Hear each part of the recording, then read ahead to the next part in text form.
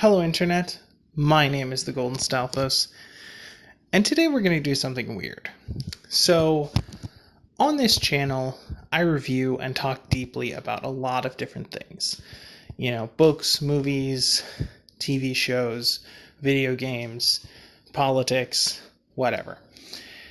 I think it's important to talk about a lot of different things, and it's important to, consume a lot of different things. But it's also important to have some sort of critical lens when you consume new media, right? And talk about what makes something good or bad or, fun or not, right? Not everything needs to be like art, but everything does need to have some place, right?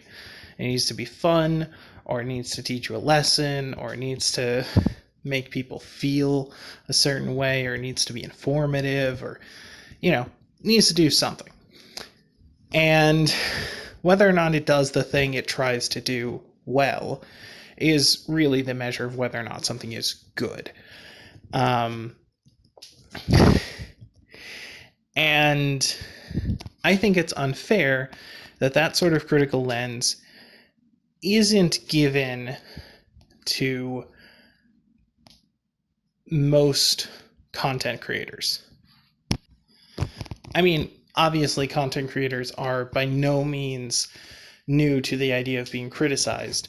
The comment section is always full of people saying mean things about the way you do stuff. But what I mean is taking an actual look at the pros and cons, where they succeed and fail, and whether or not they, what it is they're doing and whether or not they're doing a good job of it. And we do that kind of thing for books, movies, TV shows, etc., but not for content creators. And I don't know about you, but I haven't seen an episode of normal television in years, but I watch YouTube every day, like a lot,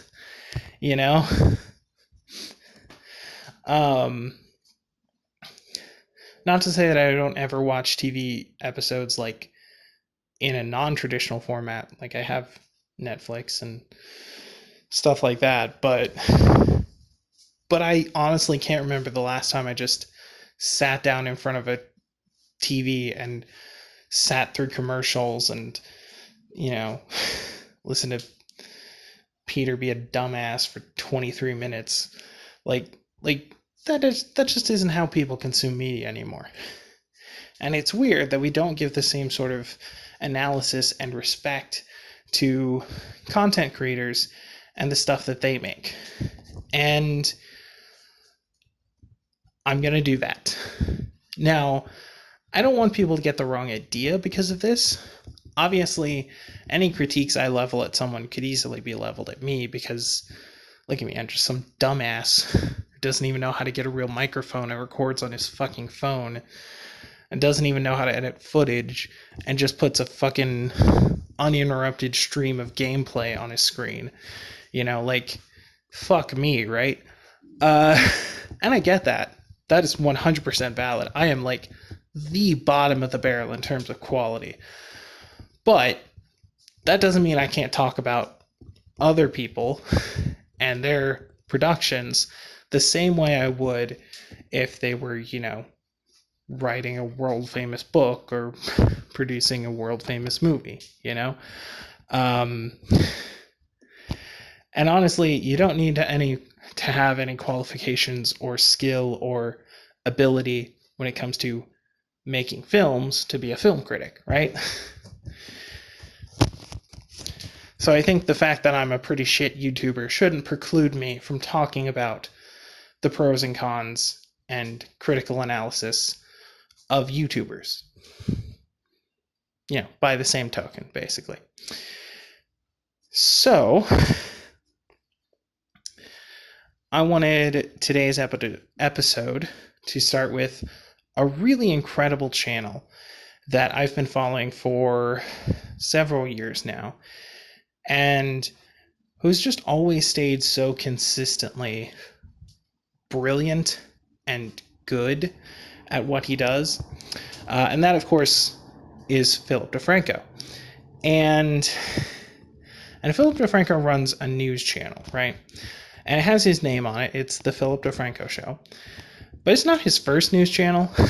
And the Philip Defranco Show wasn't always about news.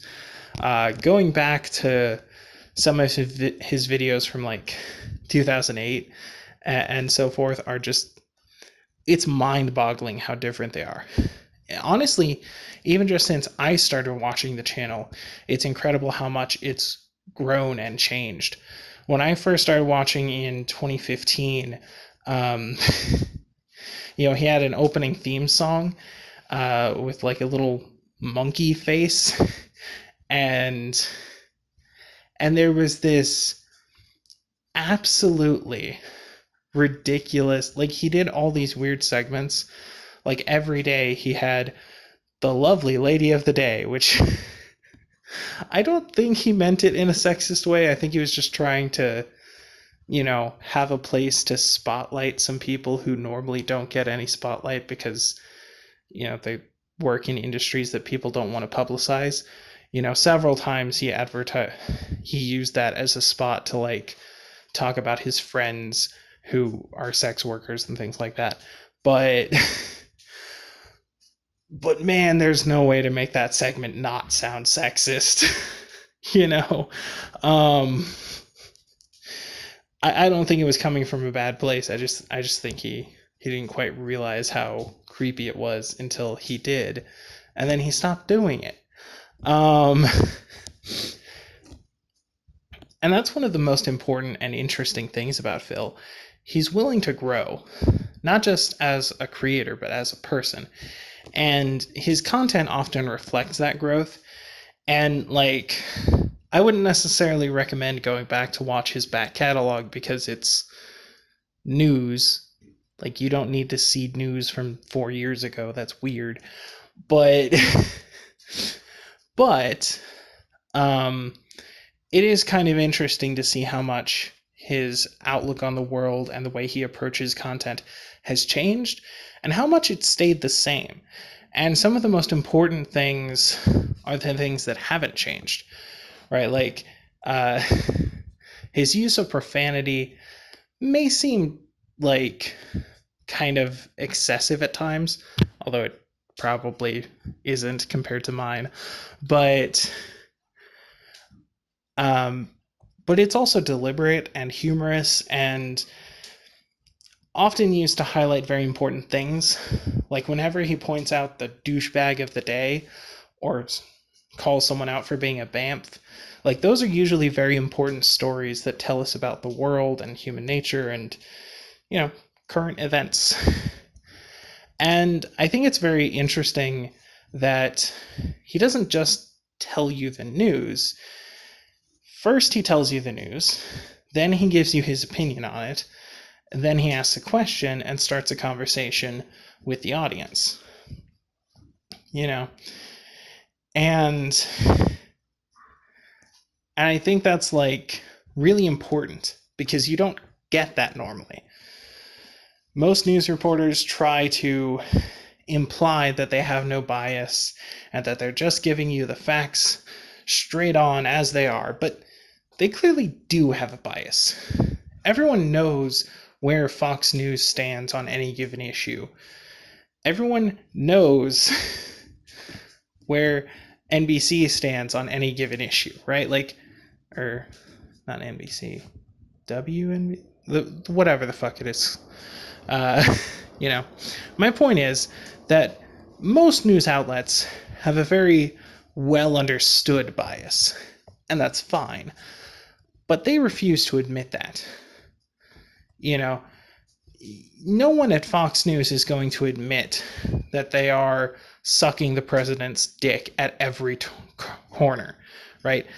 They're never going to say, yeah, of course we only say things that are good for Republicans because we're paid for by Republicans. Go fuck yourself. They won't ever admit that shit. But, Phil will always give you his honest opinion. And because he's not a big corporation, because he's a guy on the internet. He does own a company, and he's started several other companies he no longer owns.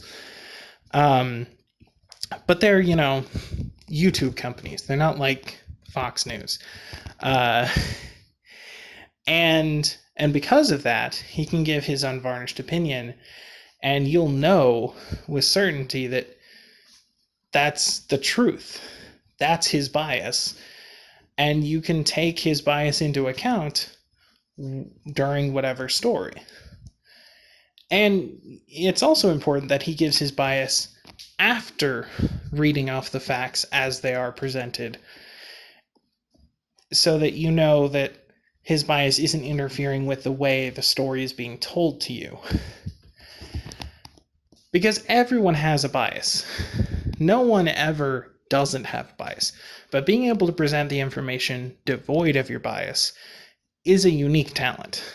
And being able to announce your bias and accept that it is your bias is also a unique talent. It's also quite interesting because Phil does secondhand reporting, which basically just means that him and his team aggregate information from other news sources, talk about their firsthand recording, right? They read this New York Times article and they say, the New York Times said this, right? And usually they'll get like a bunch of different sources on the same story, so they can get a more accurate picture that kind of cuts through those biases. And like, that's what I would recommend any person do in their normal news media life, right? Like, watch the Fox News version, watch the New York Times version, right? Like, pick up a couple of different versions and see how the story looks.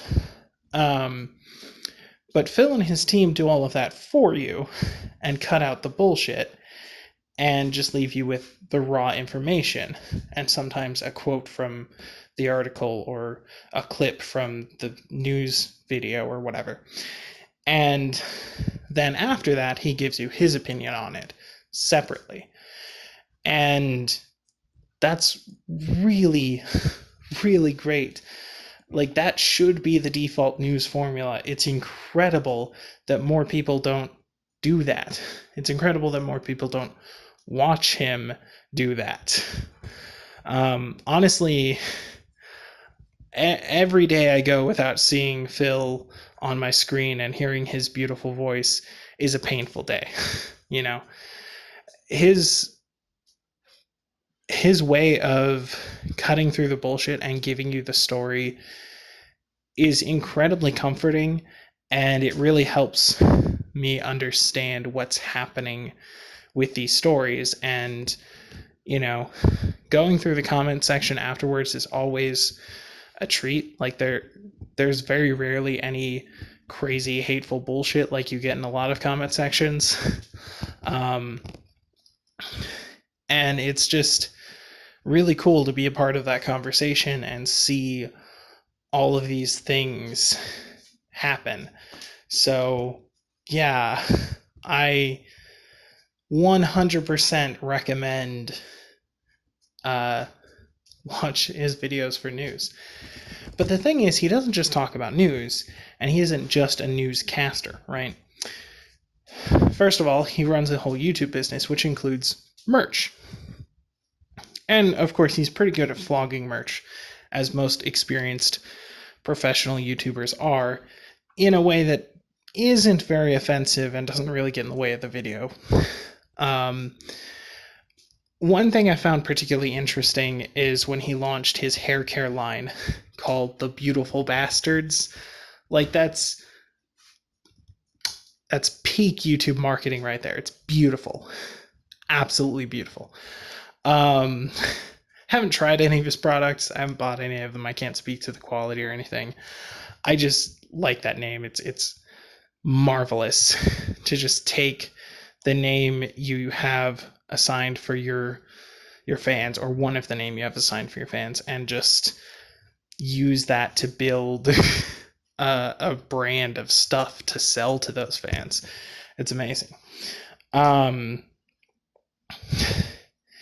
But he's also like very aware of his position as a famous YouTuber, as someone who's been on the platform for years and who's been, in the public eye before. He's won awards for his show. He always, always takes the time to shout out smaller creators and projects that might not get as much recognition, which is incredible to me. Every single day he does a sponsored segment right in the middle of the video called Today in Awesome. The first thing he does is read off the sponsorship, which sometimes is annoying because some of the people he partners with have like a minute and a half ad reads that they require you to do. And like, I get it, it's an ad read, you got to do it, but it can be kind of annoying. But then after that, he does the Today in Awesome section where he highlights all of the cool things that are happening in the world. And he has done this every single day for as long as I've been watching him. It's way back in 2015, and then some. And every day, he highlights other YouTube shows that do interesting things. He puts up a secret link that leads to something cool or interesting. And it's a new secret link every day. And, he talks about shows that he loves, recommends games and things like that. But he just uses this as a way to highlight small creators and give them, the reach that they deserve, because like YouTube isn't gonna. and I think it's really cool to see someone like that doing that, a big creator shouting out to everyone, hey, look at this guy, he's cool, he made this cool video that I liked, go watch it. You don't see that often enough, I think. And the fact that he has a platform where you can do that in every episode is really cool. I like it.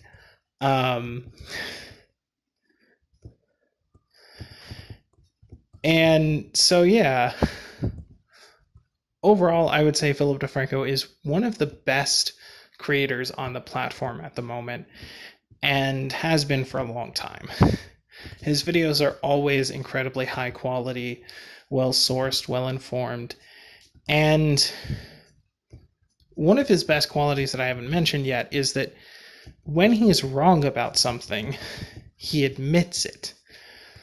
And it's happened a few times, he reports on a story too early and new information comes out, and then he has to be like, oh, wow, this was wrong. And, that's the kind of integrity you expect from any news source, but you don't often get it. And the fact that Phil is able to do that is really important for the integrity of his channel. I always know that whatever information Phil is giving is accurate. And if it's not accurate, someone in the comments will tell him, and then he'll tell us in the next video and be like, yeah, actually, we fucked up on that. Sorry. And that's really important. And it's kind of incredible. I don't even know. I don't know many YouTubers who do that kind of thing, let alone who make, daily shows like this that are scripted and produced and have important content. And Phil is just one of the biggest, most important, and most good creators out there. And he only deserves to get bigger and better.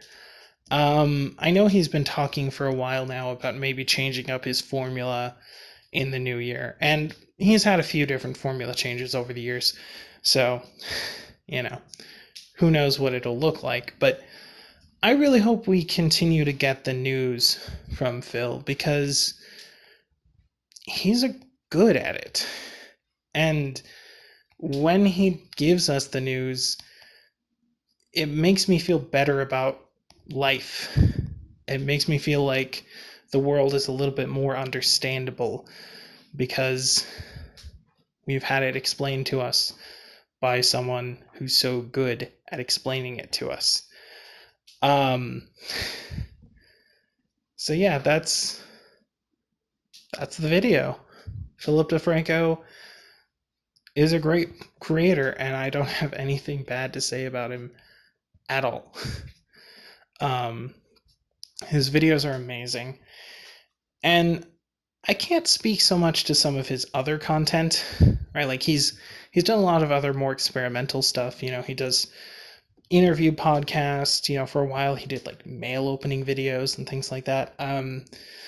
You know, any YouTuber who's been on the site for a long time has tried a bunch of different things just to see what their audience would respond well to and what they would enjoy doing. A lot of it was just like not his style and not really to the liking of the audience. But some of it he's kept with to this day, you know, and some of it's really great. I've seen a few of the interviews he's done on his podcast channel, and they're really compelling, especially the ones he does with other big YouTubers. So yeah, I would highly recommend you check out his channel if you haven't already, and stick around for another video like this next week talking about someone else. Thank you all for watching, and I'll see you in the next life. Laters. Okay, end card time. I'm supposed to tell you to like, comment, subscribe, you know, all that stupid YouTube shit.